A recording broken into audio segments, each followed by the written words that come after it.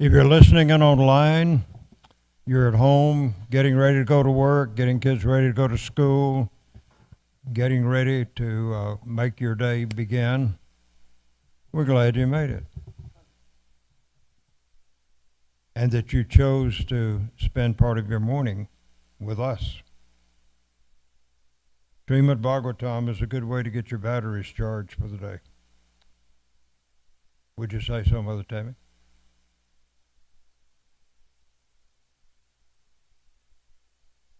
For those of you who are listening in, I think everybody here in the room perhaps knows me, but I will introduce myself to those of you who are listening in and perhaps do not know me.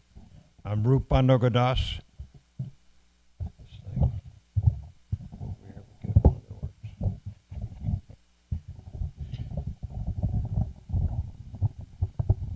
And we're having some expert technical assistance here.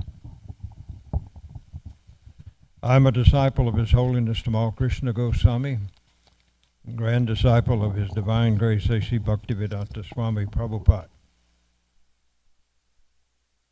And today, being Monday and all, we're going to have a little discourse on Srimad Bhagavad Gita. I've chosen a verse today, and in case you want to look it up, it's chapter 10, text 41. But first, we'll invoke the blessings and the presence of the Supreme Lord and His beautiful, beautiful consort. Jaya Radha Madhava Kunja Bihari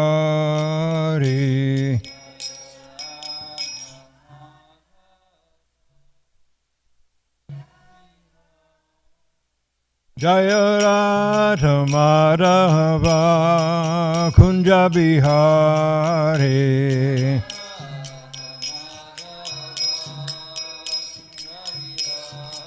Jaya Gopi Jana Vallabha Girivaradari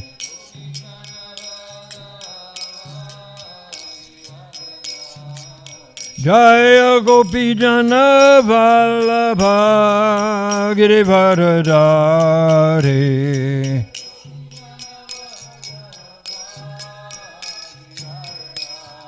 Jashodanandana Brajajana Ranjana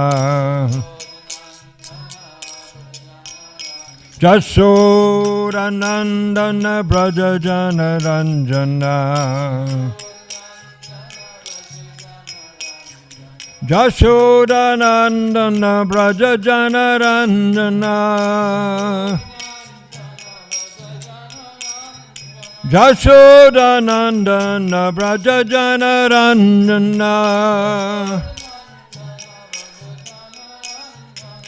Yamunatira Vanachari Yamunatira Vanachari Jai Radha Madhava Kunja Bihari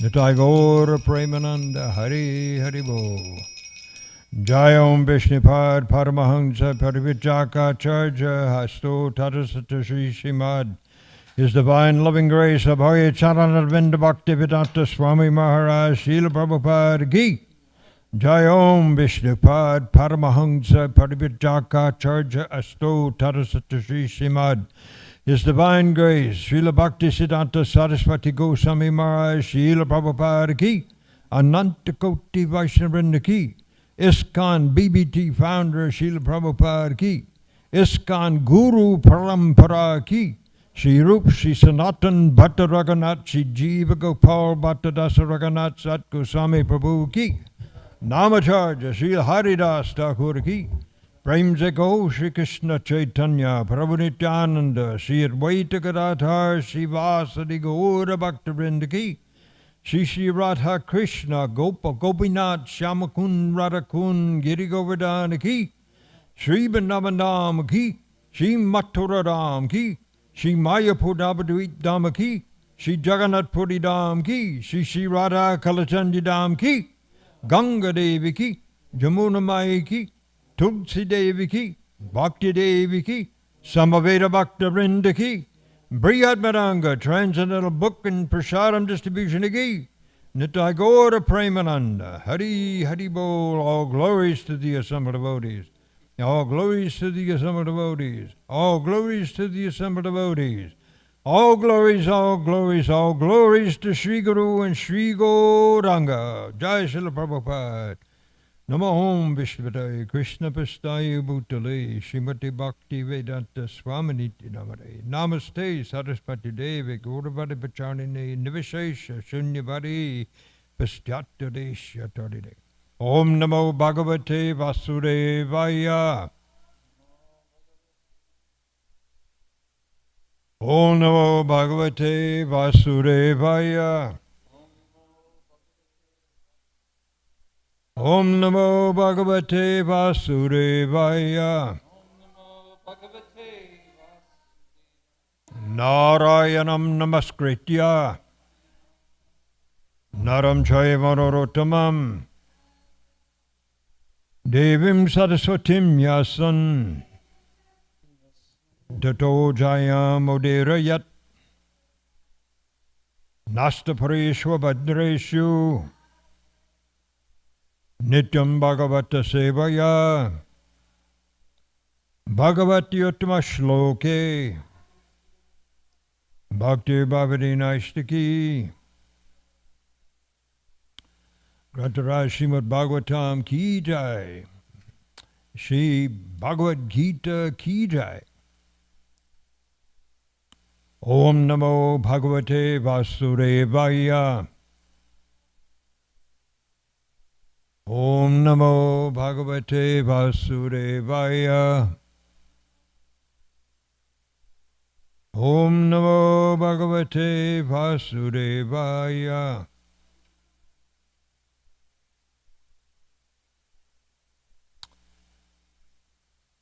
Srimad Bhagavad Gita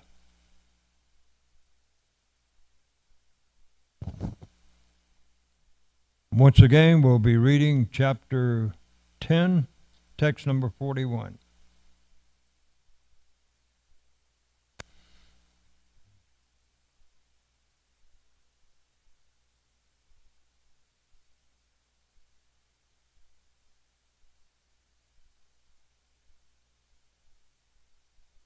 If and when we find it.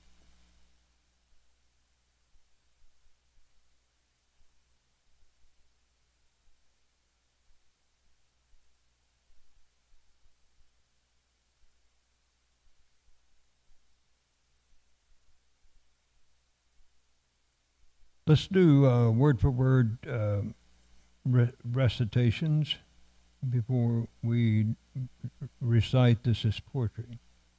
Yat yat, whatever. Vibhuti, opulences. Mat, having. Sattvam, existence. Srimat, beautiful. Urjitam, glorious. Eva, certainly. Va, or. Tat tat, all those. Eva, certainly. Avagacha, must know. Tvam, you. Mama, my. And that's a capital my, so that means Krishna. Teja, of the splendor. Amsha, a part. Sambhavam, born of. So now let's recite it as poetry. Yad yad vibhuti mat sattvam Srimad urjitam evava tatareva kacha eva vakacha tvam mama tejom sa sambhavam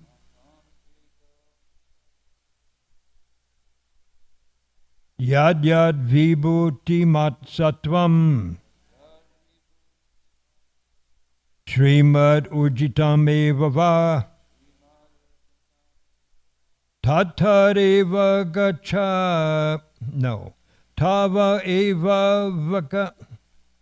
Yeah, there's two V's in there. Tatat eva vagacha tvam mama tejom sa sambhavam. Yeah, please. Yajad vibhutimatattvam imarujitam eva va Atariva Vagacha Amate Jom Sam Sambhavam Adyad Vibhuti Matsatvam Vimarujitam Eva Va Atariva Vagacha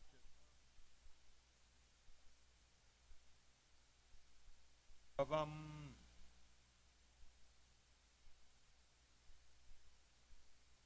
Yad vibhuti matsatvam imarujitam eva va atareva vagachatvam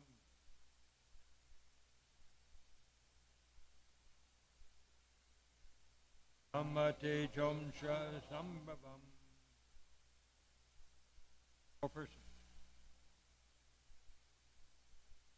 Ayad vibhuti matsatvam Vimarujitam eva va Atareva vagachatvam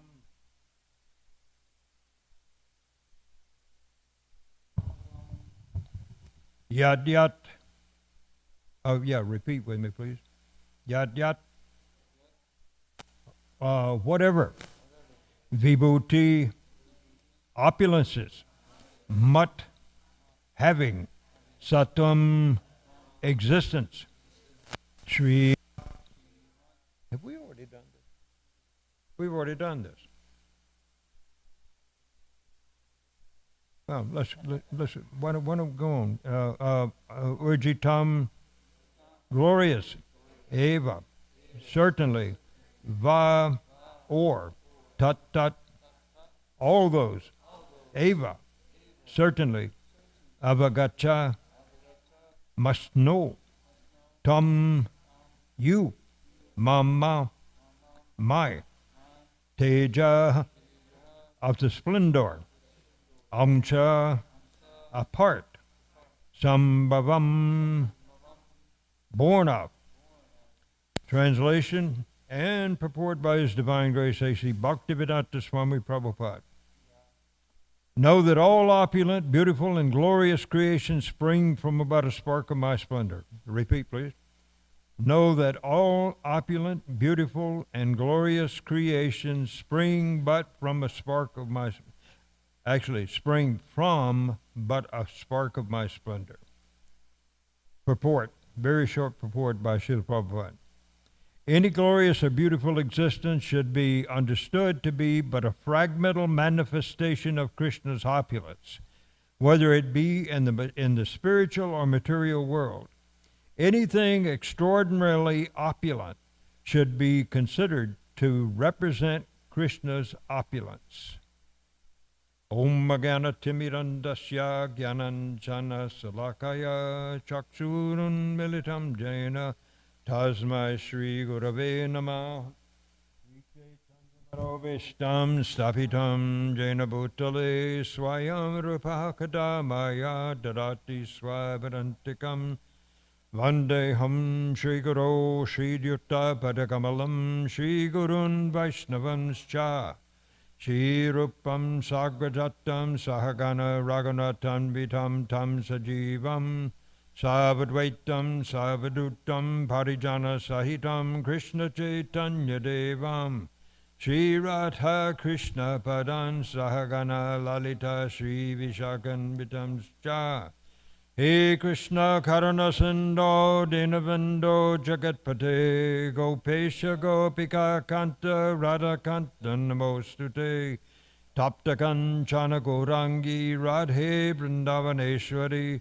Rishabhanu Sute Devi Pranamami Hari Priye Namo Om Vishnu Padaya Krishna Vastaya Bhutale Srimate Tamal Krishna Goswaminiti Namane. Know that all opulent, beautiful, and glorious creations spring from but a spark of my splendor.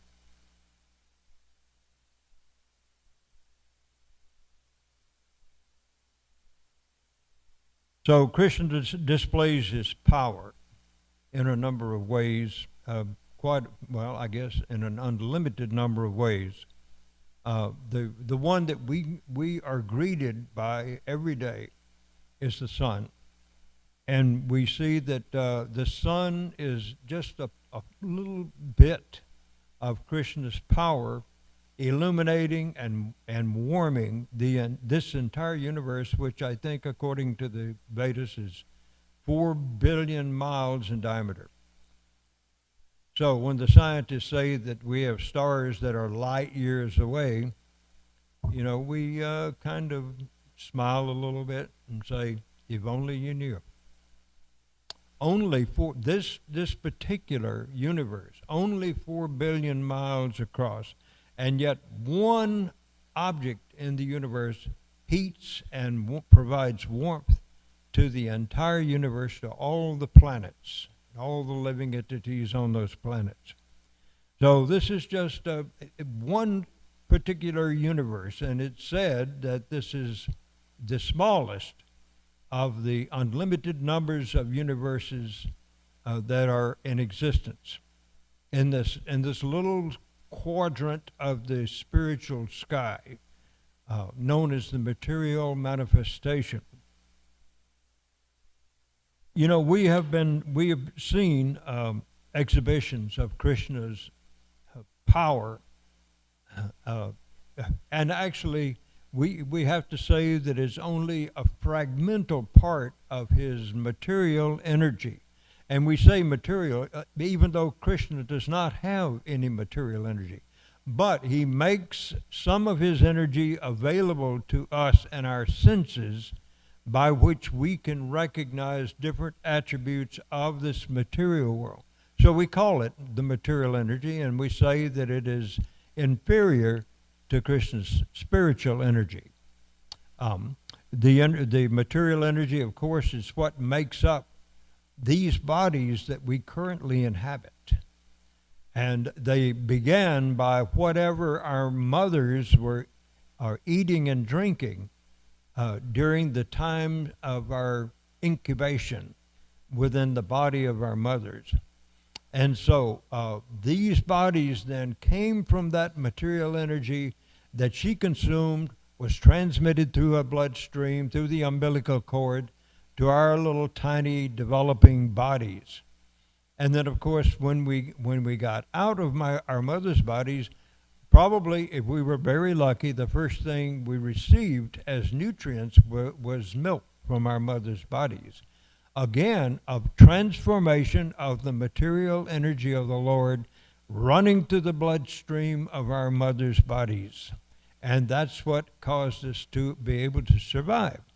And that alone was enough to cause us to grow, develop, and become, and receiving antibodies from our mother's bodies, it helped us to ward off some diseases as well. Again, if we were lucky.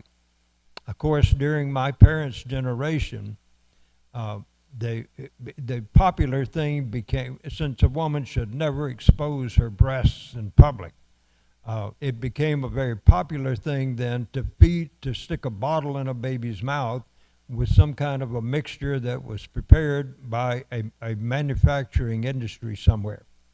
Or if the child was really lucky, then as happened later on, especially during my wife and my time of child producing years, then it became possible for the mother to express milk from her own breasts and put it in a bottle and perhaps freeze it or keep it cold until the time when the baby could take it. And that was, of course, to help facilitate a number of things, probably the mother's activities, because after World War II, a lot of the women who were working to take the place of their husbands, sons, fathers in the industries that helped to support the war, they found out that this was, even when the husbands and fathers and brothers and such came back from the war and went to work in the manufacturing industries, they found out that with the women working, there were two incomes in the household. And so quite often then mothers would turn their babies over to, if they're really lucky, their grandmothers or their aunts or someone who was able to take care of them while they went to work and earned money to buy all the trappings of modern society. Dishwashers and stoves and refrigerators and things like that, that perhaps the one person's income alone was not able to fund. Well, so this what we were talking about, Krishna's material energy, weren't we? And how we develop our bodies on the basis of that energy, and that everything else that takes place around us that we observe with our senses is part of that material energy. But that's just a fairly insignificant part of the energy of Krishna.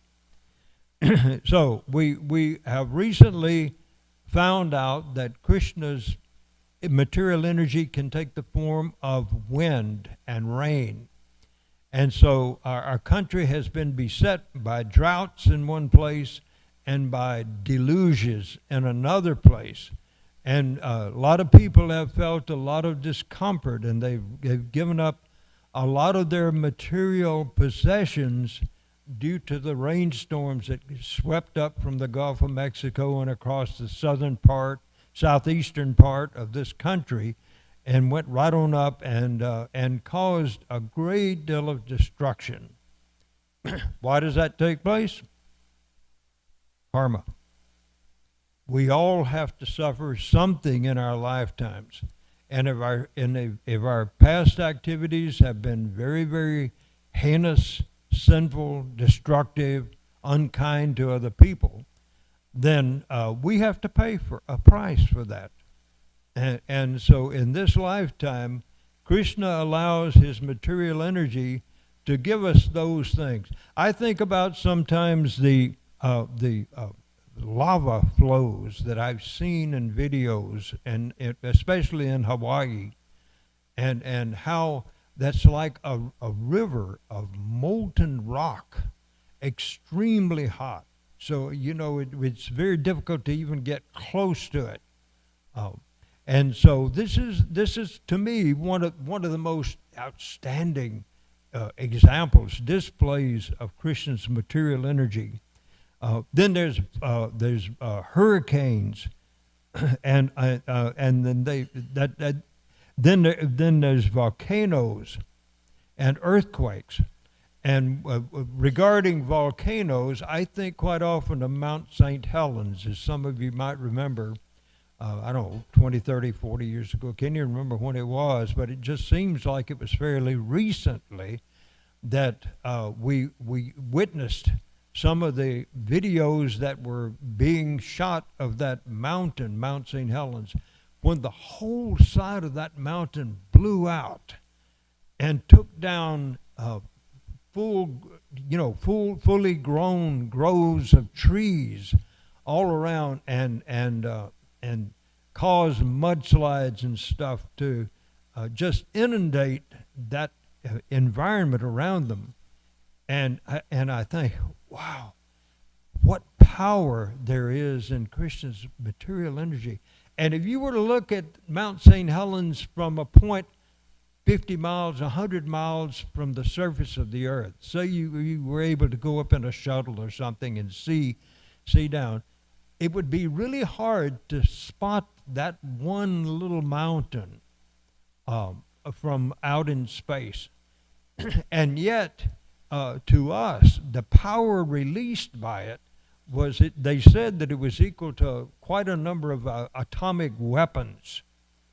And so I think about this and think about, then we talk about the atomic weapons and how this was developed back toward the end of World War II. And using Krishna's material energy, using that uranium, 238 and 235. Anyhow, one of those was purified then and made into a very highly radioactive, very power-packed substance.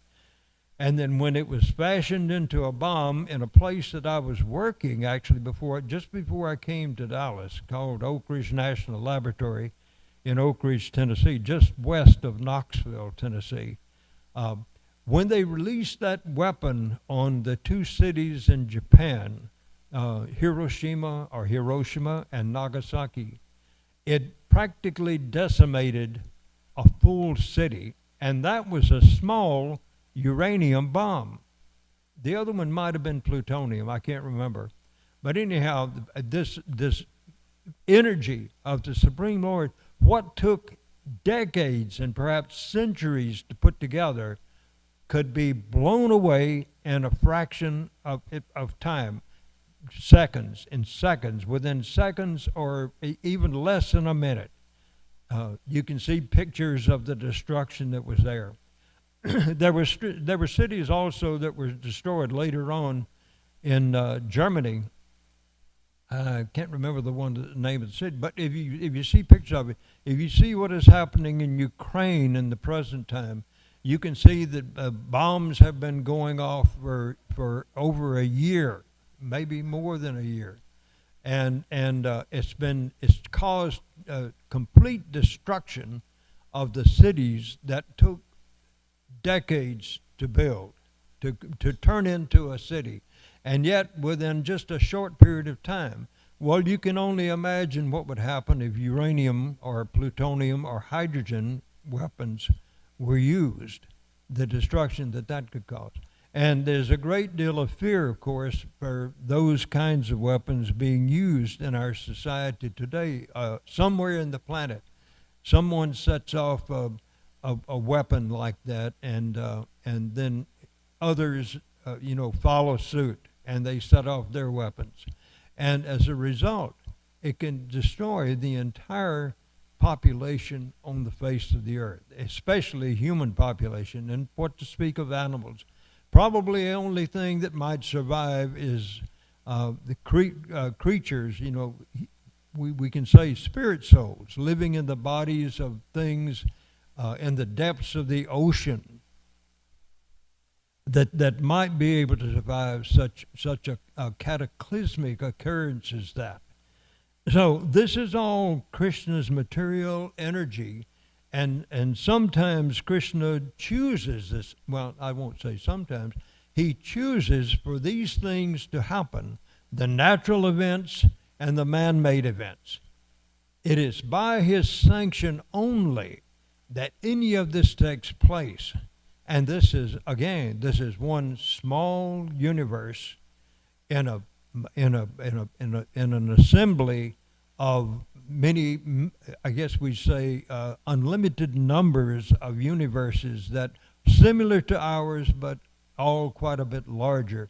And you can only imagine, besides the material stuff that is there, the living entities who have chosen to leave the spiritual world and come into this material world. They inhabit all those universes, and in each universe that it has many planets, such as this one does, and each one of those planets, according to the Vedas, is inhabited by spirit souls that have taken some type of material body.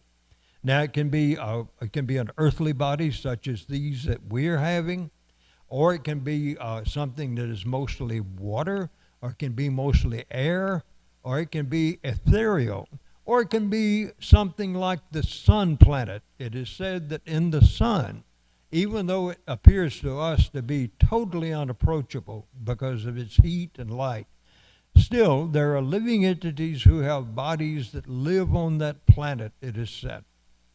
Same thing with the moon planet, which is said to be a heavenly planet, a place that is very beautiful.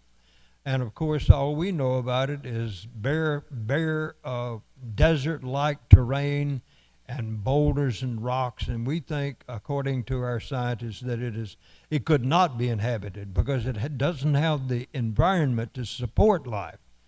But what the scientists don't know is that the living entity, spirit souls, such as are in these bodies that we have, they can exist in other kinds of bodies that are made from the materials that are suitable for living on some of those other kinds of planets.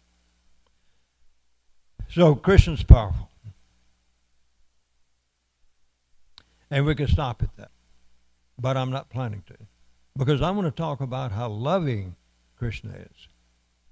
Krishna will, despite the fact that he's got activities going on in unlimited numbers of spiritual planets in the Vaikunthas, he's got unlimited numbers of planets with spirit souls in them here in this material world, still he pays attention to us. Can you imagine? Why would he do that? Why doesn't he just get everything started and let it run on automatic? And whoever we are, whatever reactions we have to take, we just have to take them. If it's good, we enjoy it for the lifetime. But usually it's a mixture of good and bad. So sometimes we're enjoying. More of the time, we're feeling the pangs of material existence. So why does he come? He kind of likes us, I think. Sometimes he allows personalities to take birth in this world who are very dear to him. I'm thinking about Prahlad especially, how Prahlad came and he was already godly from having heard godly persons speaking while he was in the womb of his mother. And when he came out, he did not lose that knowledge and that kind of self-realization, God-realization. He knew without a doubt that Krishna is a person and that he cares about him. And so despite the fact that Prahlad took birth to a demoniac father, we've been reading about that recently in the Srimad Bhagavatam, haven't we? And talking about how he became so powerful that he took over the entire universe. He was actually ordering all of the seasons, all of the things that the demigods were heretofore responsible for. He took it over and was doing that. He was controlling the entire universe. Now, so the demigods realized early on that they were not going to be able to defeat this guy. So what do? They go to Papa. And who is Papa? Lord Brahma. And so Lord Brahma then takes them all and they go and I think this happened in this situation too. They go to the planet where the ocean of milk is located, the pole star, and as we know it now. They stand on the shore of that ocean of milk, and Lord Brahma communicates mentally, spiritually, with Lord Kshirodakshayi Vishnu, who is lying on the bed provided by Sheshanaga, and he communicates then with Lord Brahma.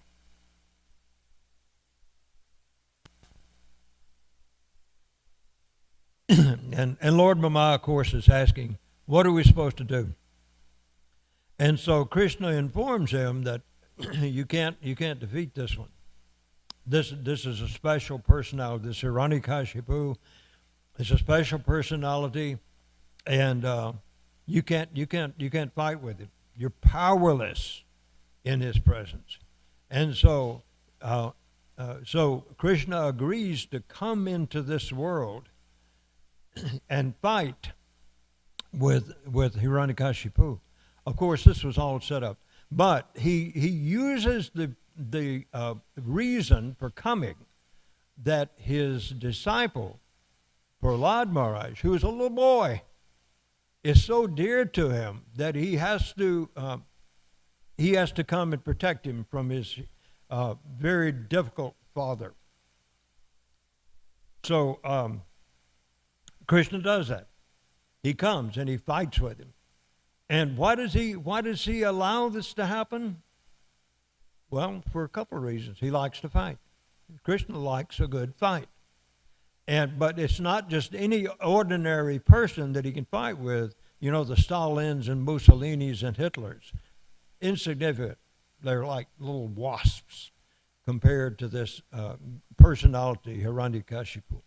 And so Krishna comes and fights with him and defeats him and gives all the lands and the property and the facilities back to the demigods, who are really his devotees, but occasionally, like Nanda Braj was saying, Prabhu was saying the other day in a class, you know, that sometimes the demigods had to be shaken up a little bit, because they get the feeling after so many thousands and millions of years of being in the universe and being the greatest personalities in the universe, they get the feeling that, hey, we must be supreme.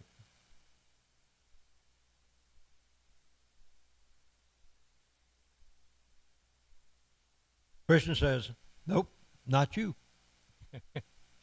You're having to go to Brahma to get help. So you can only imagine what it is like then to try to control a personality like Hiranyakashipu. So Krishna sends a personality like that occasionally, Hiranyaksha, Hiranyakashipu, and others into this world to accomplish more than one purpose. One is that he likes to fight, so he gets a chance to fight with his own devotees. And the other purpose is to bring some understanding to personalities who have taken birth in this world that you're not the topmost person in this world. You may have a few hundred billions of dollars. You may own properties all over this little planet, this tiny planet within this universe. But you're nothing compared to what even one of my pure devotees it can do. And so we saw that with a little bit that we know about Jesus Christ, it is said that he was able to tame the oceans and the winds when he was out on a boat. And that was a beautiful, beautiful story. But then we have Prabhupada that comes to carry on the work of trying to enlighten all of us who are stuck in this material world and have been going through lifetime after lifetime, one body after the next. And finally, we have made it back to the human form. Yes. And in that human form, then, we can choose to either find a lot of pleasure in this material energy of the Lord at the expense of a lot of other living entities, or we can listen to the words of this personality who has come to reclaim us and get us back to the spiritual world from which we came, and that's Prabhupada. But what does he do for Prabhupada? Well, he lets him go through a period of suffering, doesn't he? Even at the age of, 70? When he came to this country, came to the West, and he had to go for an entire year practically without getting any noticeable results. And then Krishna then began piling on the results, bringing people to him, bringing wealth to him to use for the purpose of getting us out of this ridiculous place that we like to call home and that we really don't want to leave.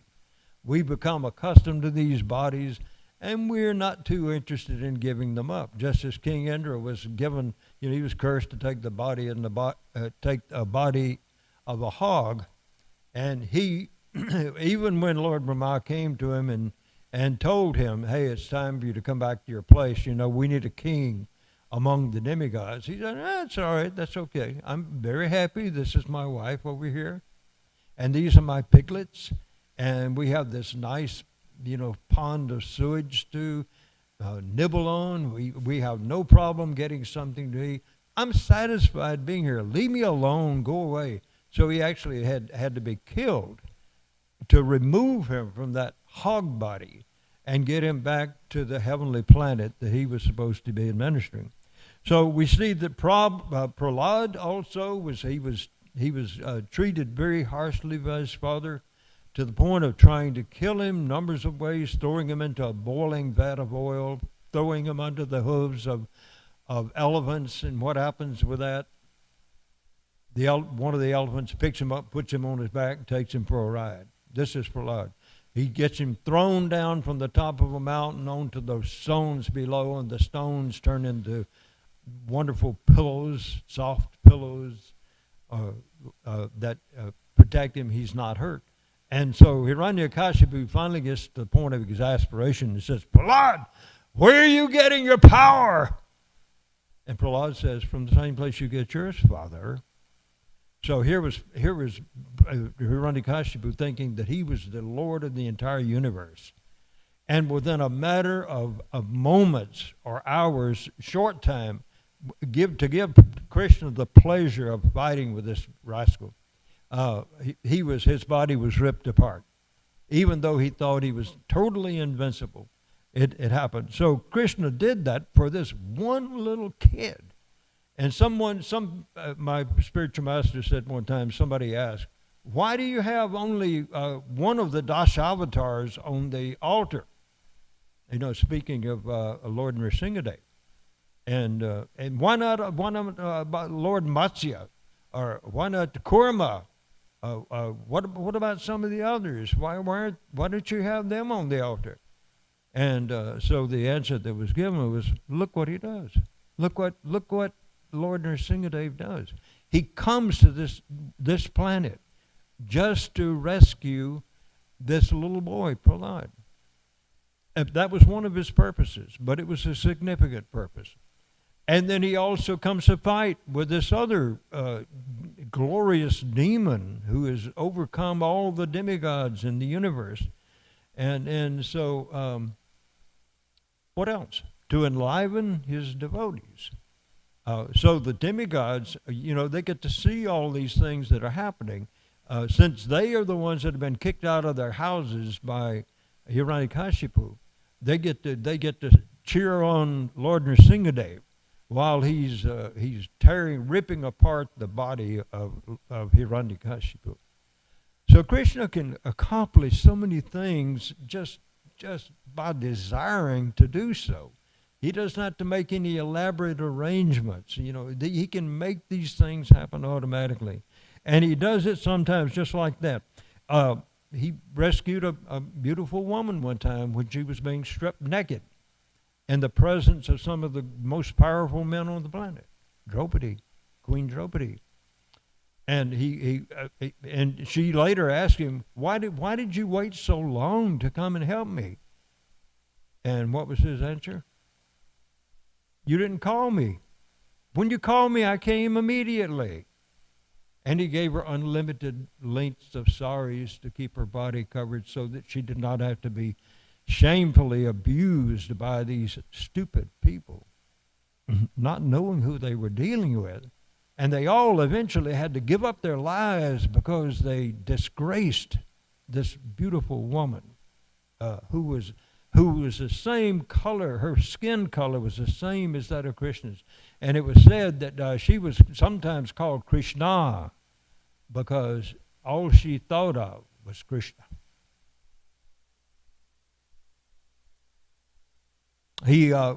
Krishna came and he helped the Pandavas in a number of instances. When Yudhisthira had lost, this was before the dice games, when Dhritarashtra was finally convinced that he should divide up the kingdom between his eldest son and Yudhisthira, the son of Pandu, his brother, then he gave Yudhisthira this piece of land, and Yudhisthira and his brothers went to look at it, And Krishna went with them, and they saw that it was nothing but a desolate piece of worthless land.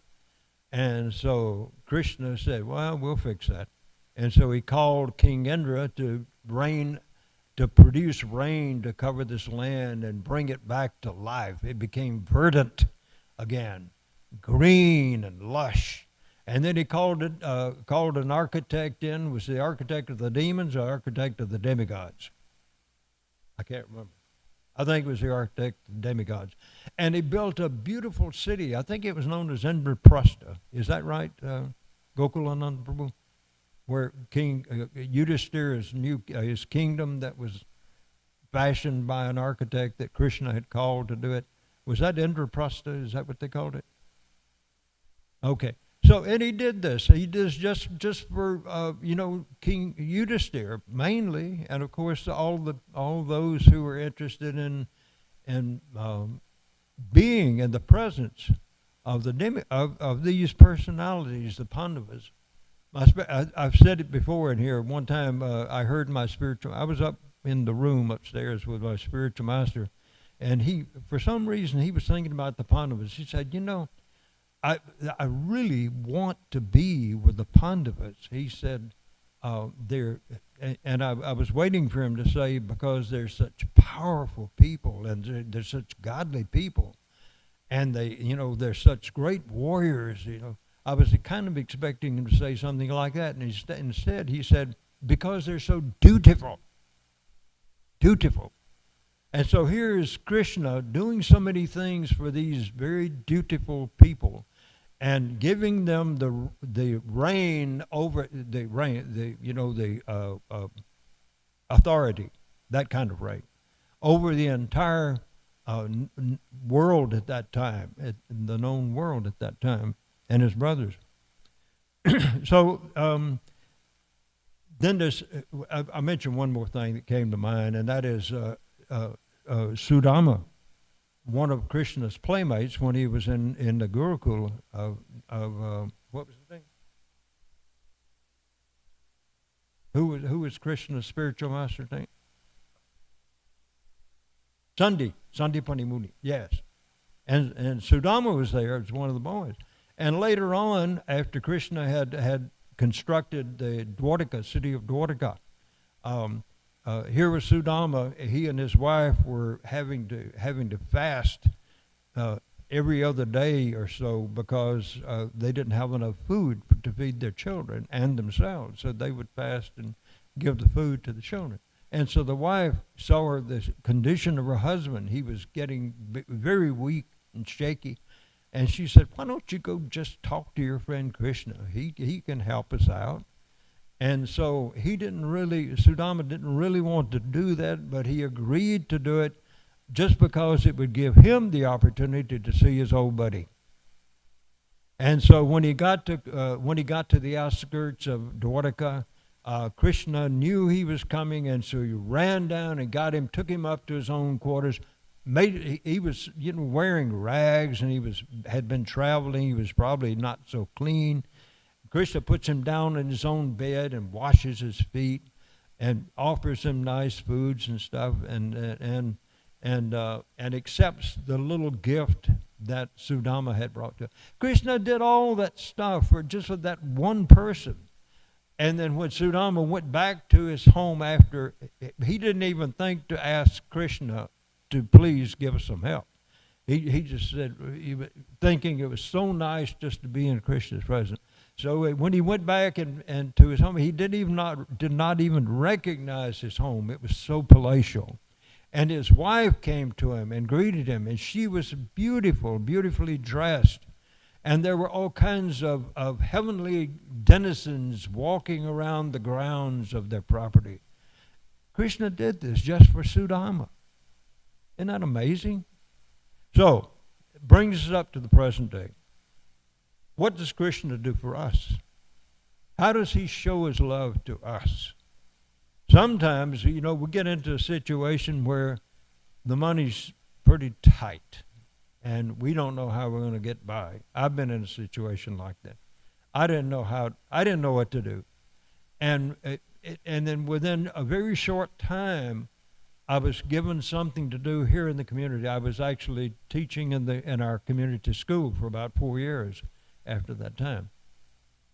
And I was thinking, Krishna let me get to the point of exasperation because what I was doing was not producing enough money even to support my household. And I thought I'm going to have to sell the house that I'm in or just let it go back to the person I'm buying it from and move somewhere else and find some place that we can afford.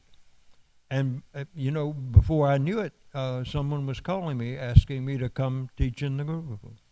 And so that took the financial. I did make a lot of money, no, but we had enough money to pay the bills, and Krishna just made all these arrangements. And also my parents, they were retired, living back in Mississippi, and they saw that we were struggling, and so they started giving us money each month. So I thought, Krishna, you're the one responsible for this. You didn't have to do this, but you did it just for us, just so that we could stay in this community where we had been since 1980.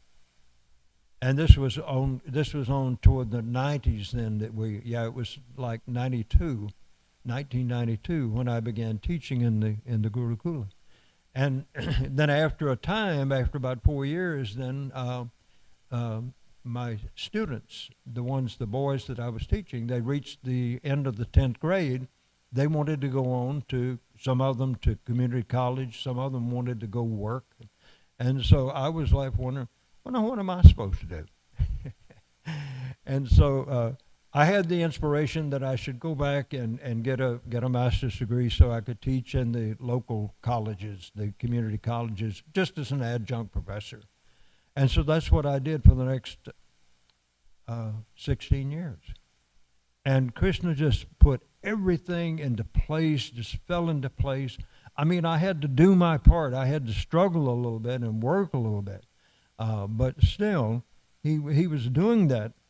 So he does that for us, and he protects our families, our children, our parents, our elderly parents. He gives us protection. And why does he do that?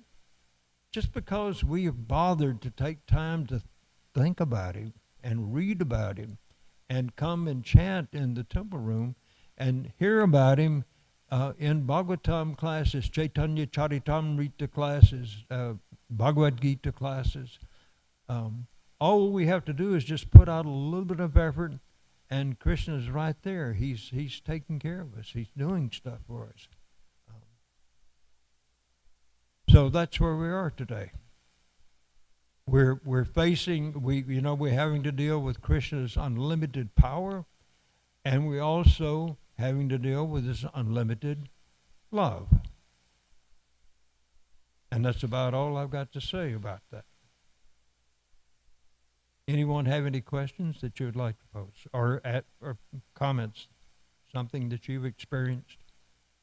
Has Krishna ever helped you in a time when you thought all was lost? You were at the end of your rope.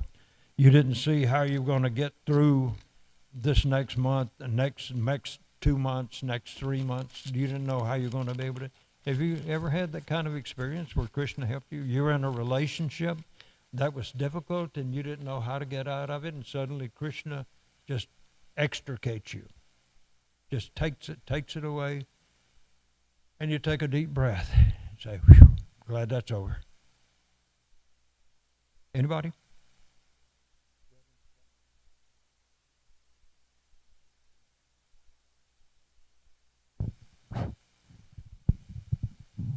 Thank you for a very nice class. It's very, very lovely. Hare Krishna.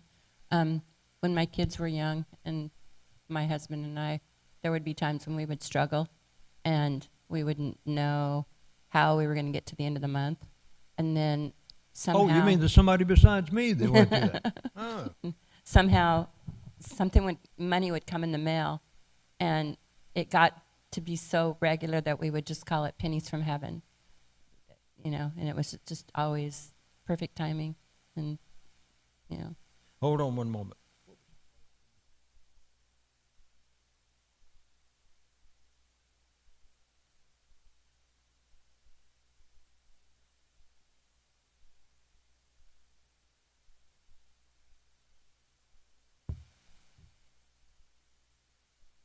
That's rewarding, isn't it? It's pardon? Rewarding, very rewarding. Yes, it when was. something like It that was happens. very encouraging, and it definitely increased our faith. Yeah.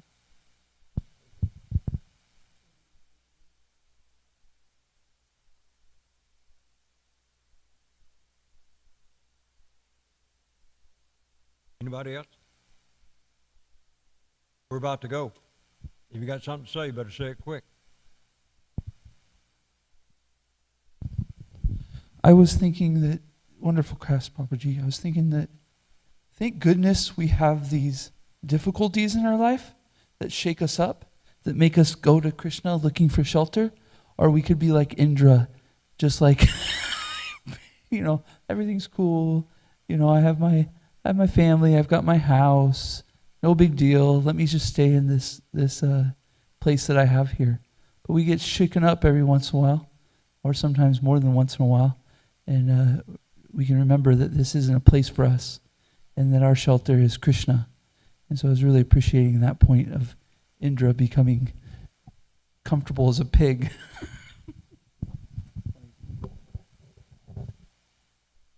But he becomes proud too, doesn't he, occasionally, and he has to be brought down. And therefore, Krishna sends personalities like Hiranyakashipu. So the world is full of so many sinful activities right now, and I won't even name them because they're so sinful, and yet people don't realize that they're sinful activities. So many people on this planet are eating the flesh of other creatures, and they don't understand, and they find it really hard to accept that there's a spirit soul in every body that gets killed to put on their dinner table.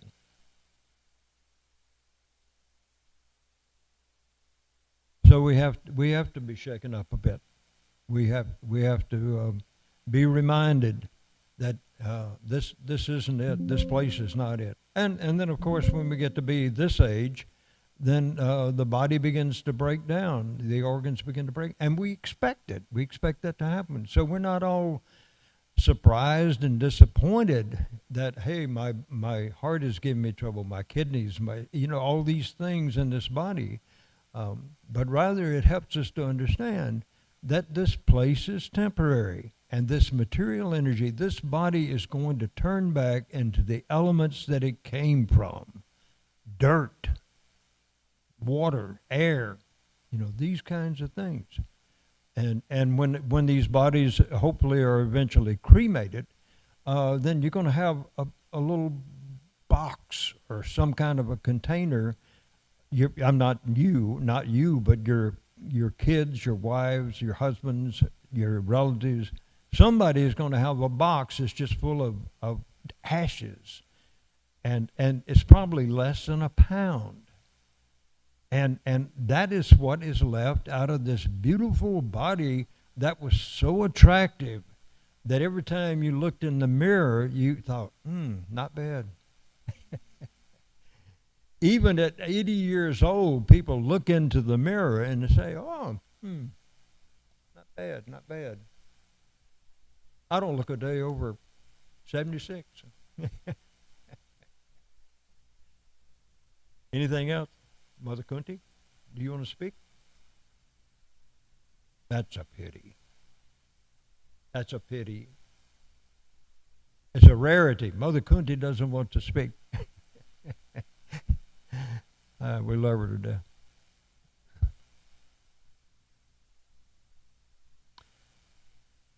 All right. Thank you all. You've been very patient to sit with me. And I'm glad you chose to join us today. You all who are listening in online, I haven't forgotten you. I know you're there. So we're going to offer our obeisances to all of you who are just like desire trees, who fulfill the desires of everyone, and who are full of compassion for the fallen conditioned souls. Vanchakalpa darubhyascha kripa sindhubhyevacha patitanam pavanebhyo vaishnavebhyo namo namaha ananta koti vaishnavrinda ki jai. Srila Prabhupada ki jai. Srimad Bhagavad Gita ki jai. Sri Radha Kalachandjiram ki jai. Gaura Premanand. Hare Krishna.